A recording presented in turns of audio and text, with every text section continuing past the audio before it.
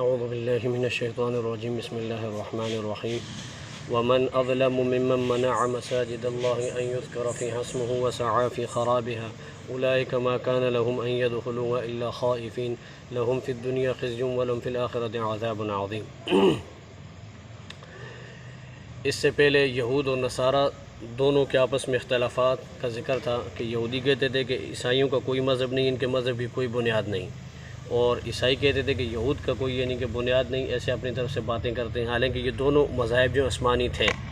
حضرت عیسیٰ علیہ السلام اور حضرت موسیٰ علیہ السلام کے توسط سے ان کو یہ مذہب ملے تھے، لیکن ان لوگوں نے قومیت کی بنیاد پر ان مذاہب کو جو تقسیم کر دیا۔ یہودی سمجھتے تھے کہ بس جو یہودی گھر میں پیدا ہوا ہے وہ یہودی ہے، اور یہودیوں کے شہر میں پیدا ہونے والا وہ یہودی ہے۔ عیسائی سمجھتے تھے جو عیسائیوں کے گھر میں پیدا ہوا، گھرانے میں پیدا ہوا وہ عیسائی ہے، عیسائیوں کے شہر میں پیدا ہونے والا وہ عیسائی۔ تو یہ آپس میں ان کے اختلافات کی وجہ سے یہ پورا سلسلہ چلا۔ پھر درمیان میں مشرکین جو لا علم تھے، جاہل قسم کے لوگ تھے، ان کو بھی یہ جرأت تھی، انہوں نے بھی کہا کہ جی یہ نہ عیسائیوں کا کوئی مذہب ہے نہ یہودیوں کا کوئی مذہب ہے، حق پہ تو صرف ہم ہیں، جنت میں صرف ہم جائیں گے، جنت کے ٹھیکیدار صرف ہم ہیں۔ تو اللہ تبارک و تعالیٰ نے تینوں یعنی کہ فریقوں کی اللہ تعالیٰ نے تردید کی تھی کہ تم میں سے کوئی بھی یعنی کہ اپنے ان بدعمالیوں کی وجہ سے جنت میں نہیں جا سکتا۔ جس طرح تم لوگوں کے عقائد ہیں، جس طرح تم لوگ یعنی کہ اعمال کر رہے ہو، اس اعمال کی بنیاد پر تمہیں جنت ہرگز نہیں ملے گی۔ اس کی پوری تفصیل میں نے آپ حضرات کو بتائی تھی کہ بنیاد جو ہے نا اعمال صالحہ ہے، اور اعمال صالحہ اور اللہ تبارک و تعالیٰ کی فرمان برداری نبی کے طریقے پر کی جائے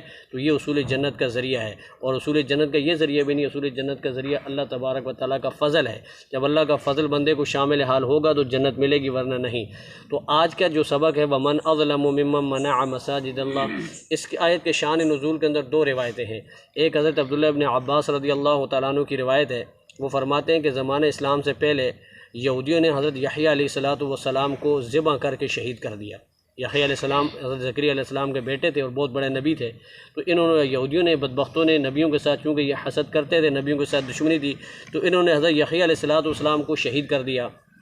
تو روم کے عیسائی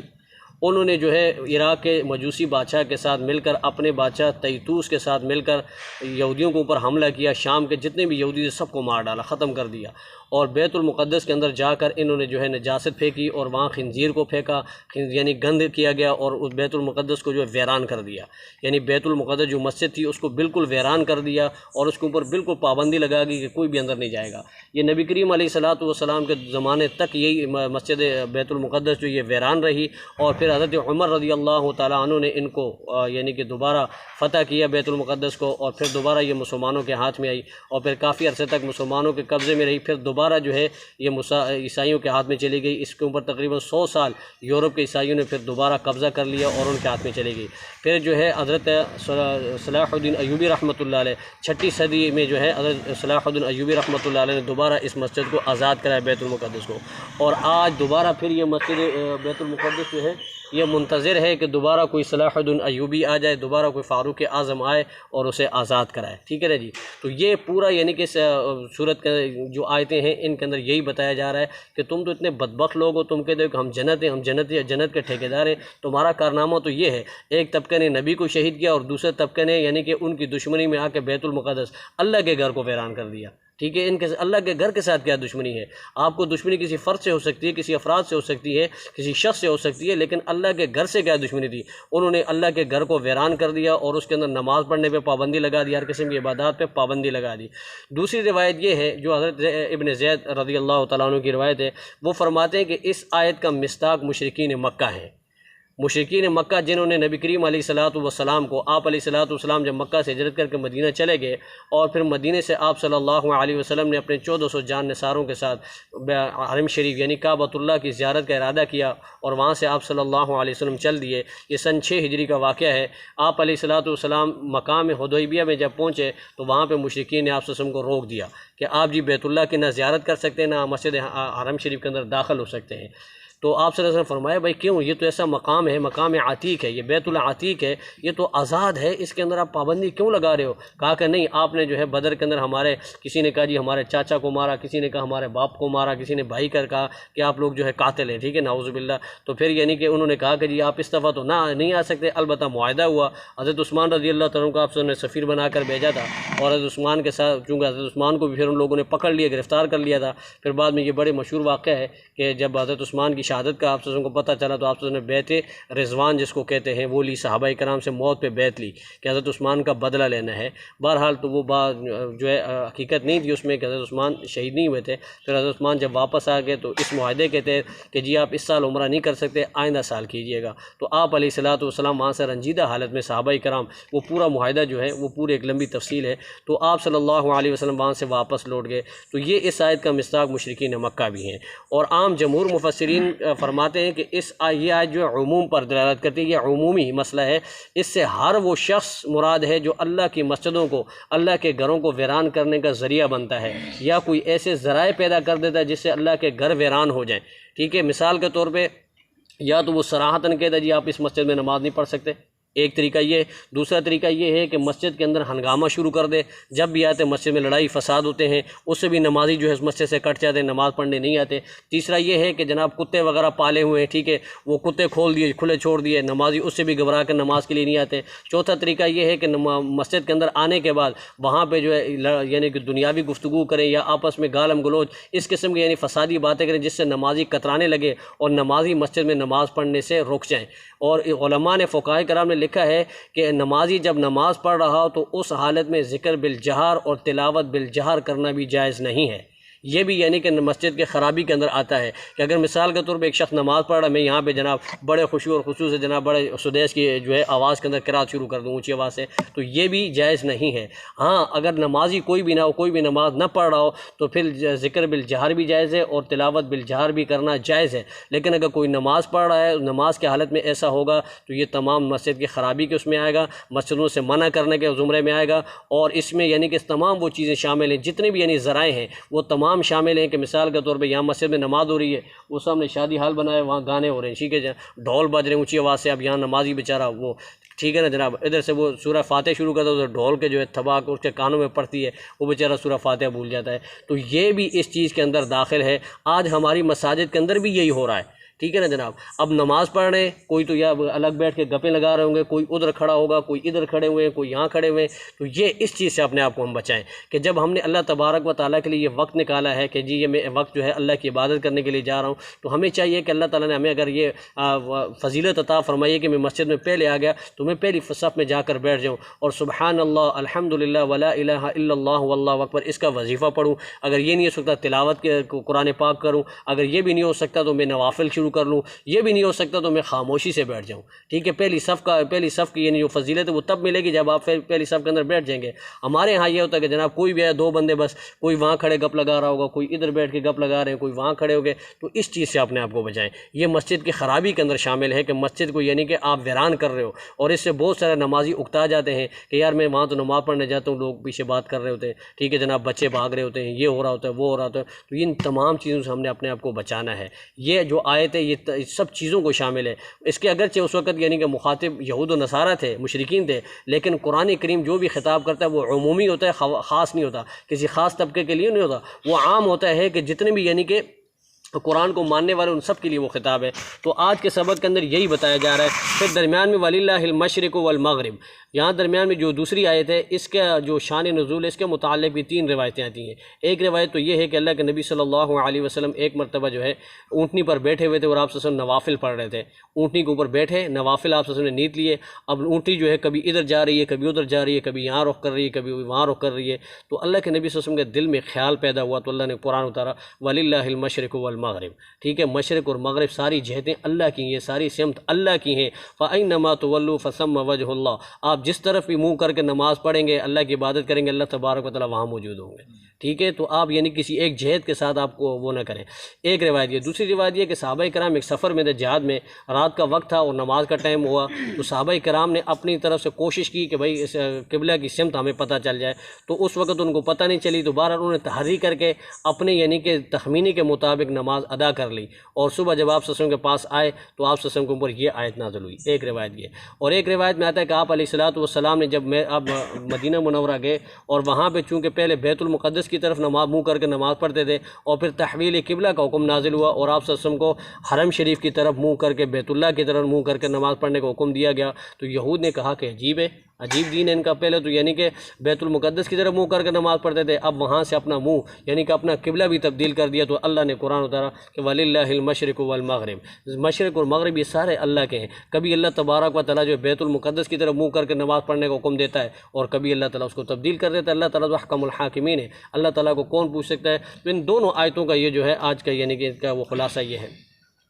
وَمَنْ أَظْلَمُ،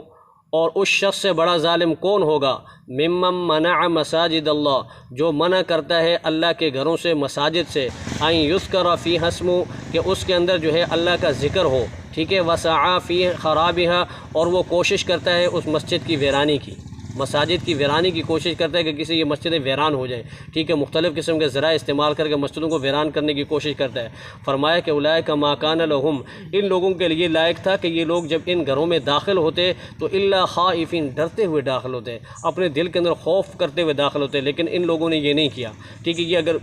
یہود کے متعلق ہے تو یہود کو یہ حکم ہے کہ انہوں نے یعنی کہ مساجد یعنی کہ آپ صلی اللہ علیہ وسلم کو جو بیت المقدس کی طرف منہ کر کے نماز پڑھے، حرم شریف کا احترام ان کے اندر بھی نہیں تھا، تو ان کے لیے بھی یہ حکم ہے۔ اگر مشرکین کے لیے تو مشرکین کو بھی یہی کہا جا رہا ہے کہ حرم شریف تو سب کے لیے یعنی کہ محترم ہے، تو آپ کے لیے بھی محترم تھی، آپ بھی اس کے اندر داخل ہوتے تو احترام سے داخل ہوتے، نہ یہ کہ آپ جو ہے ان کے اندر نماز پڑھنے والوں کو منع کر دیں۔ اور اس سے یہ بھی پتہ چلا کہ مساجد کی آبادی جو ہے وہ بلڈنگ کا نام نہیں ہے کہ خوبصورت عمارت آپ نے بنا دی، نیچے سنگ مرمر لگا دیا، ٹھیک ہے جناب، خوبصورت یعنی کہ نقش و نگار آپ نے کر دیے، لیکن اندر جو ہے نہ ذکر والے کوئی ہے، نہ نماز والا کوئی ہے، تو یہ مسجد کی آبادی نہیں ہے۔ مسجد کی آبادی یہ ہے کہ مسجد کو جو ہے ذکر و اذکار سے، عبادات سے جو ہے آباد کیا جائے، یہ مسجد کی آبادی ہے۔ دوسری جگہ میں اللہ تعالیٰ فرماتے ہیں انما یعمر مساجد اللہ، ٹھیک ہے، من آمن باللہ والیوم الآخر، ٹھیک ہے، کہ یہ مسجدوں کی آبادی یہ ہے کہ اس کے اندر اللہ اور اس کے رسول پر ایمان لانے والے اور آخرت پر ایمان لانے والے اس کے اندر عبادت کریں، یہ مسجد کی آبادی ہے۔ آپ نے خوبصورت عمارت بنا دی لیکن اندر سے وہ ویران ہے،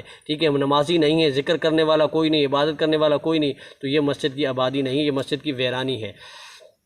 لہم فی الدنیا، اب سزا کیا ہے ان کی؟ سزا یہ ہے کہ لہم فی الدنیا خزی،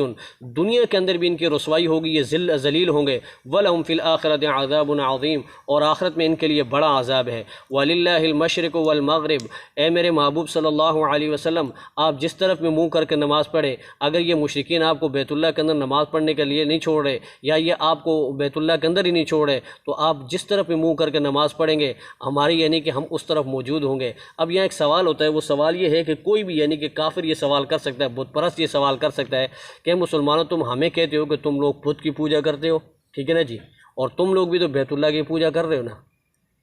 یہ سوال کوئی غیر مسلم کر سکتا ہے، ہندو کر سکتا ہے، وہ کہے کہ بھائی ہم تو آگے بت کو رکھ کے پوجا کرتے ہیں، تم بھی تو بیت اللہ کو سامنے رکھ کے پوجا کرتے ہیں۔ تو ہم کہتے ہیں کہ ہمارا جواب وللہ المشرق والمغرب، اللہ تبارک و تعالیٰ کی ساری جہتیں ہیں، اللہ تبارک و تعالیٰ کسی خاص مقام کے اندر مقید نہیں ہے، ساری جہتیں اللہ کی ہیں۔ البتہ یہ جو ہمیں ایک یعنی کہ مکان کی طرف یعنی اللہ تعالیٰ نے رخ کر کے نماز پڑھنے کا حکم دیا ہے، یہ صرف اور صرف خشوع اور خضوع کے لیے ہے، تاکہ میرے بندوں کے اندر خشوع اور خضوع آ جائے۔ اب مثال کے طور پہ اگر متفرق طور پہ حکم ہوتا کہ جو جس طرف بھی منہ کر کے نماز پڑھے گا تو نماز پڑھے، تو اب اسی مسجد میں مثال کے طور پہ ہم کھڑے ہوتے، اب امام صاحب جو ہے ادھر منہ کر کے نماز پڑھ رہا ہے، ٹھیک ہے، ایک مقتدی نے نماز منہ ادھر کیا ہوا ہے، دوسرے نے ادھر کیا ہوا ہے، کسی نے ادھر کیا ہوا ہے، تو اس سے جو نماز کے اندر خشوع اور خضوع جو ہے وہ فوت ہو جاتا۔ تو نماز کے اندر یکسوئی کے لیے اور نماز کے لیے توجہ اللہ کے لیے یہ جہد متعین کر دی کہ آپ اس کی طرف رخ کر کے نماز پڑھیں۔ اب ہم کہتے ہیں کہ جی صرف بیت اللہ ہمارا، یعنی یہ نہیں کہ ہم بیت اللہ ہی کی طرف منہ کر کے نماز پڑھیں گے ہر حال میں، ایسا نہیں ہے۔ مثال کے طور پہ بہت ساری حالات ایسے آتے ہیں جہاں پہ یعنی کہ اگر آپ کا رخ بیت اللہ کی طرف نہیں بھی ہے تو آپ کی نماز ادا ہو جائے گی۔ آپ اندھیری رات میں جنگل میں جا رہے ہیں اور آپ نے وہاں پہ کوئی بتانے والا بھی نہیں ہے اور آپ نے نماز پڑھنی ہے، تو وہاں آپ کو قبلے کا یعنی کہ تعین بھی نہیں ہو رہا کہ قبلہ کس طرف ہے،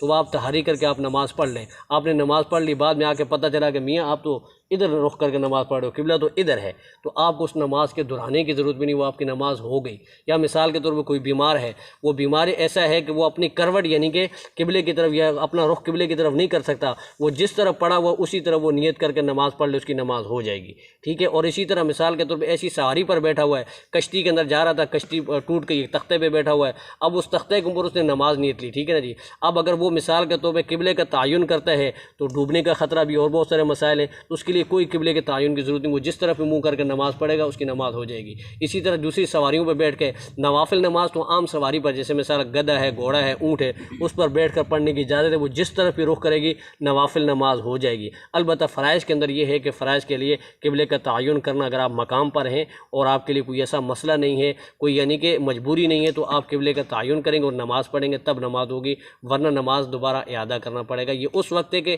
جب آپ کے اوپر کوئی ایسا مسئلہ، کوئی مجبوری نہ ہو۔ جب آپ کے اندر کوئی مجبوری ہے تو پھر آپ کے لیے اجازت ہے۔ وَلِلَّهِ الْمَشْرِقُ وَالْمَغْرِبُ، اور اللہ ہی کے لیے مشرق کی جہتیں اور مغرب کی جہتیں۔ فَأَيْنَمَا تُوَلُّوا فَثَمَّ وَجْهُ اللَّهِ، پس آپ جس طرف ہی اپنا چہرہ کر کے نماز پڑھیں گے، وجہ اللہ فثم وجہ اللہ، تو اللہ تبارک و تعالیٰ کو وہاں ہی پاؤ گے۔ ان اللہ واسع علیم، بے شک اللہ بڑے وسیع علم والے ہیں۔ یہ اللہ تبارک و تعالیٰ جانتے ہیں، اللہ کے علم میں ہے کہ پہلے اللہ تعالیٰ نے بیت المقدس کو قبلہ قرار دیا اور بعد میں اس حکم کو ختم کر کے بیت اللہ کو یعنی کہ قبلہ بنا دیا، تو یہ اللہ کے علم میں ہے، اس کے علم کی وہ حکمتیں ہیں۔ اب اللہ کی حکمتیں ہم کہاں جانیں، ٹھیک ہے، انسان کے علم میں کہاں آ سکتی ہے یہ کہ جو اللہ کی حکمتیں ہیں وہ اللہ ہی جانتا ہے۔ تو کس حکمت کے تحت اللہ تعالیٰ نے بیت اللہ کی طرف رخ کر کے نماز پڑھنے کا حکم دیا، یہ اللہ ہی جانتا ہے۔ بہرحال اللہ کے نبی نے فرمایا کہ یہ صرف اور صرف میری امت کی خاصیت ہے کہ اللہ تبارک و تعالیٰ نے میری امت کے لیے پوری زمین کو سجدہ گاہ بنا دیا۔ وہ زمین کے جس حصے پر بھی سجدہ کریں ان کی نماز ہو جائے گی، وہ جہاں بھی کھڑے ہو کر نماز پڑھیں ان کی نماز ہو جائے گی۔ پہلی جو امتیں تھیں ان کے لیے صرف اور صرف اپنے عبادت خانوں کے اندر نماز پڑھنے کی اجازت تھی، وہ اپنے عبادت خانوں کے علاوہ نماز نہیں پڑھ سکتے تھے، عبادت نہیں کر سکتے تھے۔ اللہ تبارک و تعالیٰ ہم سب کو جو اپنی مساجد کو آباد کرنے کی توفیق عطا فرمائے، اور اللہ تعالیٰ ہم سب کو مساجد کی جتنی بھی ویرانی کے مسائل ہیں اللہ تعالیٰ ہم سب کو اس سے دور رکھے، اور اللہ پاک ہم سب کو مساجد کے اندر ذکر اور عبادت کرنے کی توفیق عطا فرمائے۔ وآخر دعوانا ان الحمد للہ رب العالمین۔ اللہم صلی علی محمد وعلی آل محمد کما صلیت علی ابراہیم وعلی آل ابراہیم انک حمید مجید۔ اللہم بارک علی محمد وعلی آل محمد کما بارکت علی ابراہیم وعلی آل ابراہیم انک حمید مجید۔ ربنا تقبل منا انک انت السمیع العلیم وتب علینا انک انت التواب الرحیم۔ وصلی اللہ تعالی علی خیر خلقہ محمد وعلی آلہ وصحبہ اجمعین برحمتہ۔